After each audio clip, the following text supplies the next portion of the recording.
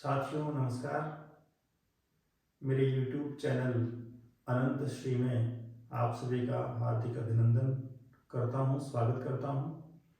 पिछली वीडियो में हमने भाषाओं के आकृति मूलक वर्गीकरण के विषय में जो योगात्मक भाषा है उसका अश्लिष्ट, जिसमें प्रत्यय प्रधान भाषाएं हैं, उनके 4 वर्गीकरण के बारे में, जिसमें आपने पूर्व योगात्मक, मध्य योगात्मक, अंत योगात्मक और पूर्वांत योगात्मक 4 भागों को विस्तार पूर्वक से सुना था, जिसमें काफिर, संथाली, तुर्की और मफोर इन चारों भाषा परिवारों के वर्गीकरण की भाषाएं हैं। आज के वीडियो में जो श्लिष्ट भाषा है, जिसमें विभक्ति की प्रधानता है, उस श्लिष्ट भाषा में 2 उसके भेद हैं, अंतर्मुखी और बहिर्मुखी।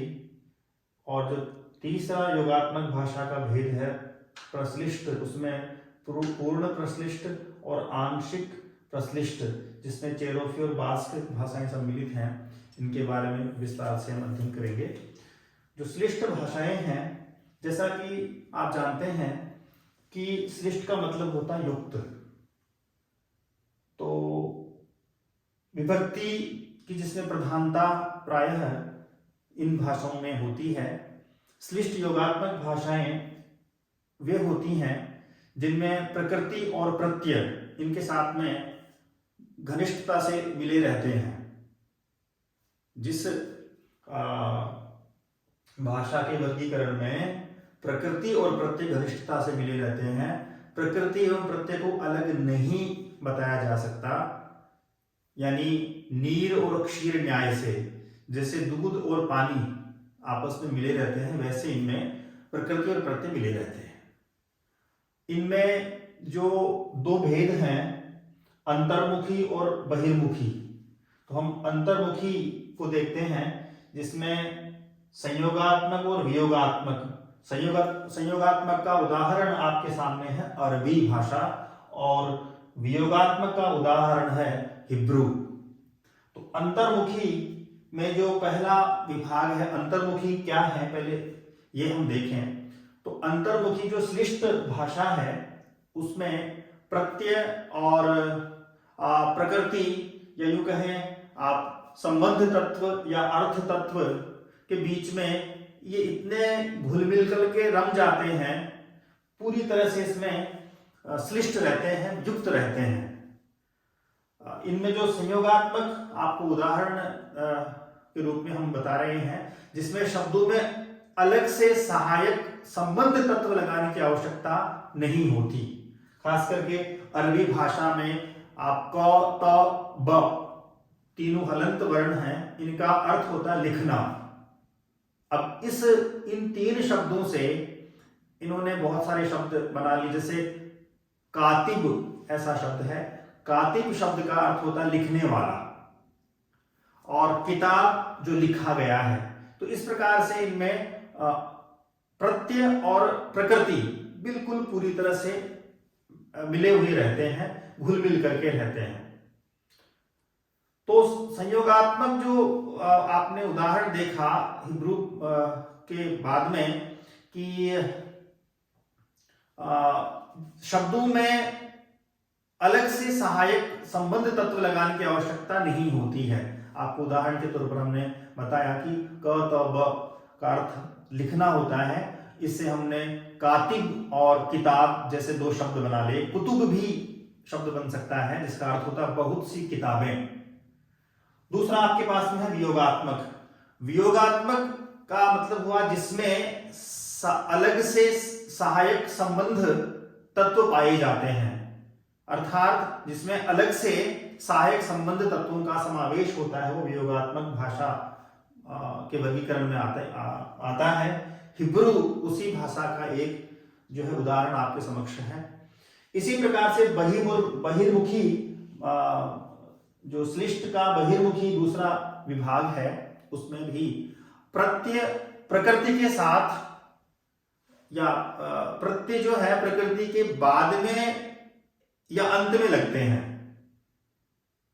ये हमारा जो भारतीय भाषा है, जिसमें हमारी संस्कृत भाषा आती है, तो उसमें भी जैसे संयोगात्मक का हम लेंगे तो जिसमें प्रत्यय प्रकृति के साथ जुड़ा होता है, जैसे सुप और तिंग। उदाहरण के तौर पर हम कह दें सह पठति, तो सह यहां क्या है, सुप है, और पठति यहां तिंग है। ऐसे ही हम वियोगात्मक भाषा के रूप में उदाहरण के तौर पर लें तो हिंदी भाषा इसमें सम्मिलित होती है, जिसमें प्रत्यय प्रकृति से अलग लगाया जाता है।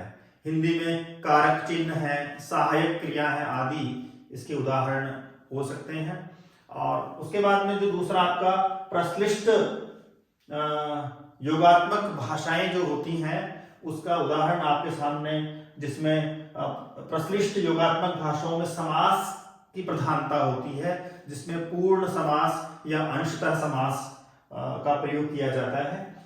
पूर्ण प्रश्लिष्ट और आंशिक प्रश्लिष्ट के बारे में हम जब पढ़ते हैं तो चेरोफी और बास्क, ये दो उदाहरण हमारे समक्ष उपस्थित होते हैं।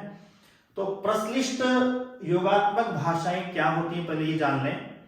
इन भाषाओं में प्रकृति एवं प्रत्यय घनिष्ठ रूप से मिले रहते हैं। दोनों को हम अलग अलग नहीं कर सकते और न अलग किया जा सकता है। जैसे दधि और घृत न्याय जो है, दधि घृत न्याय जिसे हम बोलते हैं कि दही में घी की तरह मिले हुए हैं। जैसे घी जो है दही में मिला होता है, उसी प्रकार बिल्कुल पूरी तरह से एक घनिष्ठता के साथ में ये मौजूद रहते हैं। इनके भी दो चीजें हैं, पूर्ण प्रश्लिष्ट और आंशिक प्रश्लिष्ट। और पूर्ण प्रश्लिष्ट योगात्मक भाषाएं हैं। क्यों इनको कहा? पूर्ण रूप से ये प्रश्लिष्ट होती हैं, इसमें प्रकृति और प्रत्यय का इतना घनिष्ठ मेल हो जाता है कि पूरे वाक्य का प्रायः एक शब्द बन जाता है, और वह एक शब्द पूरे वाक्य का अर्थ देता है। इसमें आने वाले शब्दों का कुछ कुछ अंश लेकर एक ऐसा शब्द बना दिया जाता है जिसमें सभी शब्दों का थोड़ा प्रतिनिधित्व रहता है।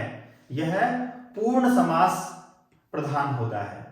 और दूसरा जो आपका है आंशिक प्रश्लिष्ट योगात्मक भाषा, उसमें सर्वनाम और क्रिया इस प्रकार मिल जाती है कि क्रिया का स्वरूप नगण्य हो जाता है और वह सर्वनाम की पूरक हो जाती है। इसमें वाक्य के सभी अवयव, संज्ञा, विशेषण आदि सम्मिलित नहीं होते, इसलिए इसे आंशिक प्रश्लिष्ट योगात्मक कहते हैं। इसे अंशतः समास प्रधान भी कहा जाता है। तो साथियों, ये थी आपकी योगात्मक भाषा के श्लिष्ट और प्रश्लिष्ट, जो कि इस वीडियो में हमने आपको बताई है। अगले वीडियो में आप सभी के लिए हम अयोगात्मक भाषाएं पढ़ेंगे। तब तक आप इनका अभ्यास कीजिए, और आप चाहें तो इसका स्क्रीनशॉट लेना चाहें तो आप ले सकते हैं। जयतु संस्कृतम, जयतु भारतम, जय हिंद, नमस्कार।